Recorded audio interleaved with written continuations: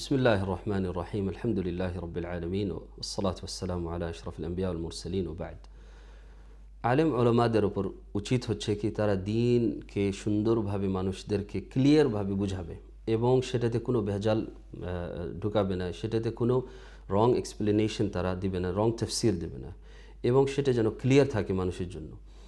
আর এটা হচ্ছে আলেম ওলামাদের উপর দায়িত্ব। আর কেউ যদি এমন এক্সপ্লেনেশন করে, এমন তাফসীর বয়ান করে, সেটা হচ্ছে ভুল তাফসীর আল্লাহ কোনো আয়াতের, কোনো হাদিসের, তখন আলেম ওলামাদের হচ্ছে উচিত কি তারা যেন ভালোভাবে বয়ান করবে মানুষদেরকে, এক্সপ্লেইন যেইভাবে আল্লাহ সুবহানাহু ওয়া তাআলা আয়াতে উল্লেখ করেছেন, মুফাসসিরিনরা যেভাবে এই আয়াতের তাফসীর করেছেন এবং নবী সাল্লাল্লাহু আলাইহি ওয়াসাল্লাম যেভাবে এই আয়াতটা বুঝেছেন, সাহাবারা এইভাবে বুঝেছেন, সেইভাবে যেন মানুষরা বুঝে। আর এটাই হচ্ছে হক। আর স্পেশালি যদি হয় সেটা ইমাম থেকে অথবা কোনো মসজিদ থেকে, অর্গানাইজেশন, সেটা যেন মানুষরা ভালোভাবে বুঝে এবং আলেম ওলামাদের সেটা হচ্ছে কি রেসপন্সিবিলিটি, তারা যেন এটাতে বয়ান করে এবং তারা মানুষদেরকে যেন ক্লিয়ার রাস্তায় রাখে এবং তাদেরকে যেন গুমরাহ রাস্তায় না নিয়ে যায়। আরেকটি বিষয় হচ্ছে সেটা হচ্ছে মিলাদের বিষয়, যেটা 12 রবিউল আউয়ালে নবী সাল্লাল্লাহু আলাইহি ওয়াসাল্লামের বার্থডে সেলিব্রেট করা। আর এটাতে অনেক তারা এভিডেন্স নিয়ে আসে এবং উল্লেখ করে, যেটা হচ্ছে রং এক্সপ্লেনেশন এবং ভুল তাফসীর দিয়ে তারা উল্লেখ করে আর মানুষদেরকে ট্রাই করে বিভ্রান্ত করা। আর এটাতে আল্লাহ সুবহানাহু ওয়া তাআলা ক্লিয়ারভাবে কোরআনে উল্লেখ করেছেন এগুলো বিষয়ে এবং নবী সাল্লাল্লাহু আলাইহি ওয়াসাল্লাম হাদিসে সাহাবারা এইভাবে বুঝে ক্লিয়ার বিষয়, যেটা হচ্ছে নবী সাল্লাল্লাহু আলাইহি ওয়াসাল্লাম যেটা মিলাদ। আর একটি আয়াত তারা উল্লেখ করে, সেটা হচ্ছে কি সূরাত আল ইমরানের 81 নম্বর আয়াতে আল্লাহ সুবহানাহু ওয়া তাআলা বলছেন, ওয়াইদ আখাযাল্লাহু মিসাকান নাবিয়িনা লামা আতাইতুকুম মিন কিতাবি ওয়া হিকমাত। সেটাতে তারা প্রুফ করে কি সেটা মিলাদ করা। আর এই আয়াতের আমি তাফসীর করব কিছু এবং সেটা মিনিং কিছু বলবো এবং কিছু পয়েন্টে আল্লাহ সুবহানাহু ওয়া তাআলা যেন তৌফিক দান করেন এবং আমাকে এবং সবাইকে যেন বোঝার তৌফিক দান করেন। আল্লাহ সুবহানাহু ওয়া তাআলা বলছেন, ওয়াইদ আখাযাল্লাহু মিসাকান নাবিয়িন, মনে রাখো যখন আল্লাহ রব্বুল আলামিন নবীগণদের থেকে একটি চুক্তি নেন, মিসাক, লামা আতাইতুকুম মিন কিতাবি ওয়া হিকমা, কি তোমাদেরকে আমি কিতাব এবং হিকমাহ দান করেছি, যেটা হচ্ছে তাদেরকে কিতাব দিয়েছিলেন আল্লাহ সুবহানাহু ওয়া তাআলা, ইনজিল, জাবুর এবং অন্য কিতাব, ওয়া হিকমা এবং যেটাতে এক্সপ্লেনেশন, কিতাবের যে এক্সপ্লেনেশন, যেভাবে হাদিস হচ্ছে কোরআনের এক্সপ্লেনেশন, সেইভাবে তাদেরকেও কিতাব এবং হিকমাহ দান করা হয়েছিল, কিতাব এবং এক্সপ্লেনেশন। থুম্মা জাআকুম রাসূল, এবং তোমাদের মাঝে রাসূল আসবেন। থুম্মা জাআকুম রাসূলুম মুসাদ্দিকুল লিমা মাআকুম, যা বিধান তোমাদের কাছে আছে সেই বিধান, তাওরাত ইনজিলে যত বিধান আছে সেটাতে সে এগ্রি করবেন সেই বিধানের উপর। মুসাদ্দিকুল লিমা মাআকুম, কিন্তু তোমরা কি করো, অবশ্যই লা তুমিনুন্না বিহি, অবশ্যই তোমরা ঈমান নিয়ে আসো এবং নবী সাল্লাল্লাহু আলাইহি ওয়াসাল্লামের প্রতি বিশ্বাস করো। লা তুমিনুন্না বিহি, অবশ্যই তোমরা বিশ্বাস করো নবী সাল্লাল্লাহু আলাইহি ওয়াসাল্লামের রিসালাতে। ওয়ালা তানসুরুন্না, এবং অবশ্যই তোমরা নবী সাল্লাল্লাহু আলাইহি ওয়াসাল্লামকে সাপোর্ট করো, হেল্প করো। লা তুমিনুন্না বিহি ওয়ালা তানসুরুন্না। ক্বালা আআকরারতুম ওয়া আখাযতুম আলা যালিকুম ইসরি, আল্লাহ বললেন কি তোমরা কি এটা কথা মেনে নিলা এবং যদি তোমরা এগ্রি করলা। ক্বালা আআকরারতুম ওয়া আখাযতুম আলা যালিকুম ইসরি, ক্বালু আকরারনা। তো নবী তারা বললেন, আম্বিয়াগণ বললেন কি আকরারনা, আমরা বিশ্বাস করলাম এবং আমরা সেটাতে এগ্রি করলাম, আমরা মেনে নিলাম। আখাযতুম আলা যালিকুম ইসরি, ক্বালু আকরারনা। ক্বালা ফাশহাদু, তাহলে তোমরা, আল্লাহ বললেন কি তোমরা সাক্ষী দাও। ফাশহাদু ওয়া আনা মাআকুম মিনাশ শাহিদিন, এবং আমি তোমাদের একজন মানে সাক্ষী, আমি তোমাদের মাঝে অলসো সাক্ষী দিলাম। তো এই আয়াতে আল্লাহ সুবহানাহু ওয়া তাআলা নবী সাল্লাল্লাহু আলাইহি ওয়াসাল্লামের মর্যাদা উল্লেখ করলেন কি যখন নবী সাল্লাল্লাহু আলাইহি ওয়াসাল্লাম আসবেন তখন অবশ্যই তোমরা বিশ্বাস করো এবং তার প্রতি ঈমান নিয়ে আসো এবং তাকে সাপোর্ট করো, হেল্প করো।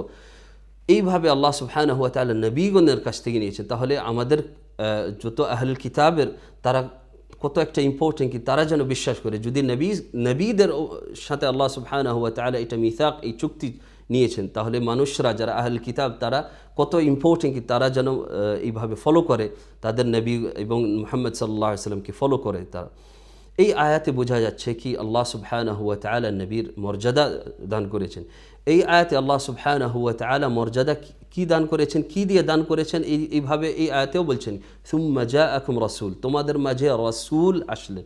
মানে এদিকে আয়াতে উল্লেখ করলেন না কি সুম্মা উলিদা লাকুম রাসূল, তোমাদের মাঝে রাসূল জন্ম হয়েছে, বন হয়েছে, কিন্তু বললেন আল্লাহ সুবহানাহু ওয়া তাআলা থুম্মা জাআকুম রাসূল, তোমাদের মাঝে রাসূল এসেছেন। তো রিসালাত নিয়ে এসেছেন কখন? নবী সাল্লাল্লাহু আলাইহি ওয়াসাল্লাম যখন 40 বছর ছিলেন। নবী সাল্লাল্লাহু আলাইহি ওয়াসাল্লাম রিসালাত নিয়ে আসেননি যখন জন্ম হয়েছিলেন। তাহলে এদিকে কোথায় মিলাদের উল্লেখ করা হলো? আর এইভাবে এই আয়াতে কোথায় আল্লাহ সুবহানাহু ওয়া তাআলা মিলাদের সেলিব্রেশন অথবা করলেন? নাউযু বিল্লাহি মিন যালিক। এই আয়াতে আল্লাহ সুবহানাহু ওয়া তাআলা নবী সাল্লাল্লাহু আলাইহি ওয়াসাল্লাম মর্যাদা দিয়েছেন, অবশ্যই আমরা এটা মানি। এই আয়াতে আল্লাহ সুবহানাহু নবী সাল্লাল্লাহু আলাইহি ওয়াসাল্লাম রিসালাত মর্যাদা দিয়েছেন, এবং বোঝা যাচ্ছে কি নবী সাল্লাল্লাহু আলাইহি ওয়াসাল্লাম রিসালাতের মর্যাদা হচ্ছে সবচেয়ে বেশি মর্যাদা, বড় মর্যাদা। আর এইভাবে মুমিনিনদের উপর এবং প্রত্যেক মানুষের ওপর আল্লাহ সুবহানাহু ওয়া তাআলা অনুগ্রহ করেছেন নবী সাল্লাল্লাহু আলাইহি ওয়াসাল্লাম রিসালাত দিয়ে।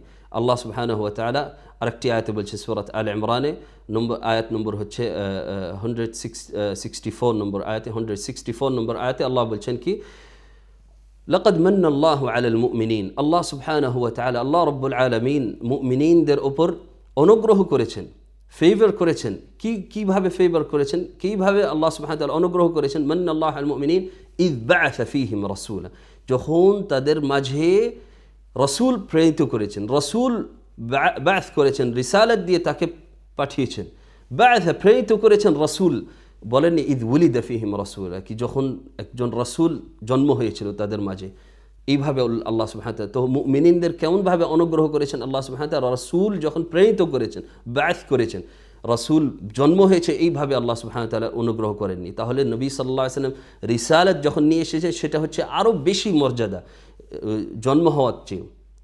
অবশ্যই আমরা মানি জন্ম হয়েছে নবী সাল্লাল্লাহু আলাইহি ওয়াসাল্লাম, কিন্তু রিসালাত যখন নিয়ে এসে সেটাতে আরও বেশি আল্লাহ সুবহানাহু ওয়া তাআলা মুমিনিনদের উপর অনুগ্রহ করেছেন। বা'আথা রাসূলাম মিন আনফুসিহিম ইয়াতলু আলাইহিম আয়াতি, যে আল্লাহ সুবহানাহু ওয়া তাআলা আয়াত রিসাইট করেন, পড়ে দেন। তো এইভাবে আল্লাহ সুবহানাহু ওয়া তাআলা মুমিনিনদের উপর অনুগ্রহ করেছেন। তাহলে এই আয়াতে কোনো আল্লাহ সুবহানাহু ওয়া তাআলা এই মিলাদের কথা উল্লেখ করেনি, যে প্রথম আয়াতে বললাম। দ্বিতীয় আয়াতে দেখুন বোঝা যাচ্ছে কি আল্লাহ সুবহানাহু ওয়া তাআলা রিসালাতের কথা বলেছেন, যখন নবী মুমিনিনদের উপর অনুগ্রহ করেছেন রিসালাত দিয়ে। আর এই যে তাফসীর করলেন, এই ভুল তাফসীর, যেটা কি নবী সাল্লাল্লাহু আলাইহি ওয়াসাল্লামের মিলাদ আল্লাহ সুবহানাহু ওয়া তাআলা আগে করেছেন, মানে নবীগণের সাথে, এটা হচ্ছে ভুল তাফসীর। কোনো আলেম বলেননি এইভাবে তাফসীর, কোনো মুফাসসিরিন বলেননি, কোনো এইভাবে আইম্মায়ে কিরাম এইভাবে তাফসীর করেননি। কেন? এগুলো তাফসীর কোনো নারেশন, কোনো রিওয়ায়াতে নাই। আর যদি দেখা যায় আরও এই মিলাদের কথা, কি যদি এই সঠিক হতো, কি যদি আল্লাহ সুবহানাহু ওয়া তাআলা এই মিলাদ করতেন নবী সাল্লাল্লাহু আলাইহি ওয়াসাল্লামের আম্বিয়াগণের সাথে, তাহলে নাউযু বিল্লাহ এই কথাগুলোতে। কিন্তু যদি এইভাবে হতো, সাহাবারা যারা নবী সাল্লাল্লাহু আলাইহি ওয়াসাল্লাম সবচেয়ে বেশি ভালোবাসেন, কেউ বলতে পারবে না কি আমি সাহাবাদের চেয়ে বেশি আমি ভালোবাসি নবী সাল্লাল্লাহু আলাইহি ওয়াসাল্লাম, কখনো বলতে পারবেন না। আবু বকর, ওমর, উসমান, আলী রাদিয়াল্লাহু আনহুম আজমাইন, এবং যত সাহাবা, আয়েশা রাদিয়াল্লাহু আনহা, উম্মাহাতুল মুমিনিন রাদিয়াল্লাহু আনহুন্না আজমাইন, সবাই তারা নবী সাল্লাল্লাহু আলাইহি ওয়াসাল্লাম বেশি ভালোবেসেছেন। তারা কেন সেলিব্রেট করে? তারা নবী সাল্লাল্লাহু আলাইহি ওয়াসাল্লাম এইভাবে 12 রবিউল আউয়ালে কেন তারা মিলাদ করলেন না? কেন? আর তারা যদি আল্লাহ সুবহানাহু ওয়া তাআলা করে থাকতো তারা অবশ্যই করতেন, তাহলে কেন তারাও করলো না? কেন? সেটা তারা পারতো করতে, কিন্তু যখন রিজন ছিল কি তারা পারতো করতে, মানে একটা রিজন ছিল কি আমরা করতে পারবো সেলিব্রেট, কিন্তু তারা করলো না। এইভাবে রিজন ছিল কি আবু বকর, ওমর, উসমান রাদিয়াল্লাহু আনহু, নবী সাল্লাল্লাহু আলাইহি ওয়াসাল্লাম করতে পারতেন কিন্তু তিনি করেননি। এইভাবে কোনো হাদিস নাই কি নবী সাল্লাল্লাহু আলাইহি ওয়াসাল্লাম এইভাবে করেছেন, কোনো সাহাবী করেননি, কোনো সাহাবী থেকে প্রমাণ নেই, কোনো তাবেঈ থেকে প্রমাণ নেই। আবু হানিফা, মালিক ওয়া শাফিঈ ওয়া আহমদ রাদিয়াল্লাহু আনহুম এবং রাহিমাহুমুল্লাহ আজমাইন, তারা কোনো প্রমাণ নাই এইভাবে করা। তো কেমনভাবে 400-500 বছর পরে এইভাবে স্টার্ট হয়, হিজরি পরে 500 বছর, 400-500 বছর পরে এই যে স্টার্ট হয়, এই যে নবী সাল্লাল্লাহু আলাইহি ওয়াসাল্লামের যে জন্ম মিলাদ করা স্টার্ট হয়, তারপরে এইভাবে দলিল হয়ে যায়। আর এগুলো ট্রাই করে এভিডেন্স, কিন্তু আহলুল হক যারা হকের পথে আছে তারা সব সময় ট্রাই করে কি দলিল কি কোথায় বলেছেন, যেভাবে সাহাবারা কেমনভাবে বুঝেছেন, আইম্মায়ে কিরাম কেমনভাবে বুঝেছেন, আবু হানিফা, মালিক ওয়া শাফিঈ, আহমদ কেমনভাবে বুঝেছেন, এইভাবে আমরা বুঝবো। আর কখনো বুঝবো না কি আমরা কি মিলাদ করব, তাহলে আমরা দেখব কোথায় দলিল। আহলুল হক সবসময় দেখে দলিল, এবং দলিল থেকে তারা এই হুকুমগুলো নেয়, কি আমাদের দলিল শিখায়। কিন্তু আহলুল বাতিল যারা গুমরাহের রাস্তায়, তারা কি করে, একটা দেখে কি আমরা মিলাদ করব, আমরা দেখি কোথায় দলিল পাওয়া যায় এই মিলাদ করা, কোথায় যে কোনো দলিল দিয়ে আমরা জয়ীফ মৌজু সেটা তো নাই, কিন্তু সেটাও তারা লাগাবে এবং ভুল এক্সপ্লেনেশন দিয়ে তারা লাগাবে। আর এটা অবশ্যই মানুষদেরকে গুমরাহ করা। আর এটাতে আর অহংকার থাকা কি বাতিলের পরে আমরা থাকবো, বাতিলের সাথে থাকবো, আরও অহংকার হওয়া কি দলিল দেখাচ্ছে মানুষরা, ওলামারা যা এক্সপ্লেনেশন দিয়েছেন এই তাফসিরে, তাও এটা অহংকার করা কি এগুলো আমরা মানবো না, কেন আমরা মিলাদের উপর থাকবো। এটা হচ্ছে কিবর আলাল হক। আর নবী সাল্লাল্লাহু আলাইহি ওয়াসাল্লাম অহংকারের কি বলেছেন, আল কিবরু বাতারুল হক, কি আপনি হক সেটা মানবেন না, কি মিলাদ আসলে নাই, মিলাদ নবী সাল্লাল্লাহু আলাইহি ওয়াসাল্লাম করেননি, সাহাবারা করেননি, এই দিনে কোনো স্পেশাল সাহাবারা কখনো করেননি, আইম্মায়ে কিরাম কখনো করেননি। তাহলে কেমনভাবে এটা স্পেশাল হলো 400-500 বছর পরে, যখন ছিল না এটা স্পেশাল এই 12 রবিউল আউয়াল, কেমনভাবে তারা 300-400 বছর পরে এটা এই দিন স্পেশাল হয়ে গেল, আর এটাতে মানুষ বিদাত শুরু করলো। তাই কখনো হতে পারে না, বিদাত কখনো হতে পারে না পরে। যদি এটা সুন্নত থাকে তাহলে আমরা অবশ্যই করব, কিন্তু কখনো এটা সুন্নত ছিল না। আর যেই দিনে সেই দিনে যখন এটা সুন্নত ছিল না, 400-500 বছর পরে, 1400 বছর পরে কখনো এটা সুন্নত হতে পারে না। আল্লাহ সুবহানাহু ওয়া তাআলা যে বুঝার তৌফিক দান করেন, এবং আল্লাহ সুবহানাহু ওয়া তাআলা আমাদেরকে যেন হকের পথে রাখেন, বাতিল যেন ক্লিয়ার করে দেন, এবং অহংকার থেকে যেন আমাদেরকে দূরে রাখেন। সাল্লাল্লাহু আলাইহি ওয়া সাল্লাম আলা নবিয়িনা মুহাম্মদ ওয়া আলা আলিহি ওয়া সাহবিহি আজমাইন।